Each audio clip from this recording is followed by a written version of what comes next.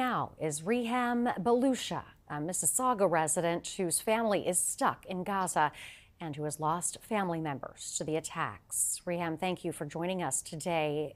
Firstly, I want to say very sorry for your loss. Thank you, Renee. Thank you for having me here today. Talk to us about how your family in Gaza is doing. So basically, I was born and raised in Gaza, so my entire family is there, grandpa, cousins, aunts, uncles.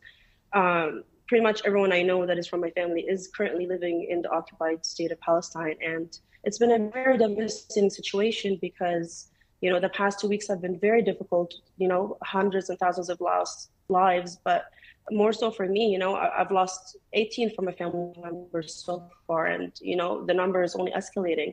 And it's especially devastating as of 2 days ago because we haven't been able to reach any phone calls. There's a complete blackout on Gaza. No media, no phone calls, no landlines. So even our only source of comfort, which was to be able to reach them, has been cut off. So it's been a very devastating situation, and what makes it a lot worse is we just don't know when it's going to end, or if I'm ever going to be able to see any of my family members.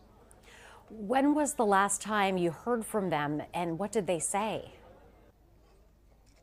2 days ago. So my grandpa was able to call my mom and let her know that, he's still alive, he's still okay. But unfortunately, because there is no electricity, no water, no resources of any kind, so our contact is merely 10 seconds, just to kind of, okay, I'm alive, I'm good, goodbye now, goodbye for now. We can't even ask them how they're, doing or how they're eating, or because we just know how limited our time is with them, and at least being able to hear his voice for just a few seconds is good enough for us.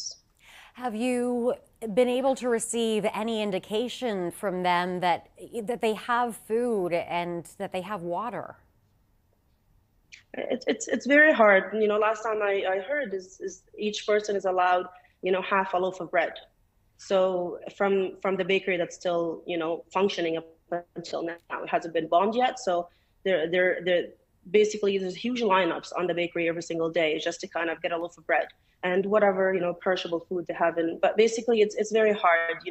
They're preserving whatever they have left, especially water. If a child is crying for water, they're getting a sip of it because they just don't know how much more they're going to have left of that. The basic necessities of human life is cut off.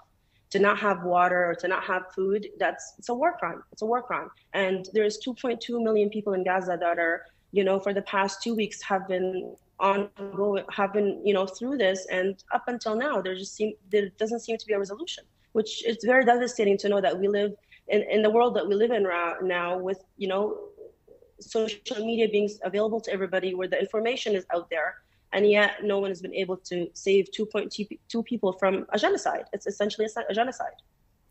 We will have to leave it there. We're out of time. Riham Balousha, thank you very much for joining us today. Thank you so much.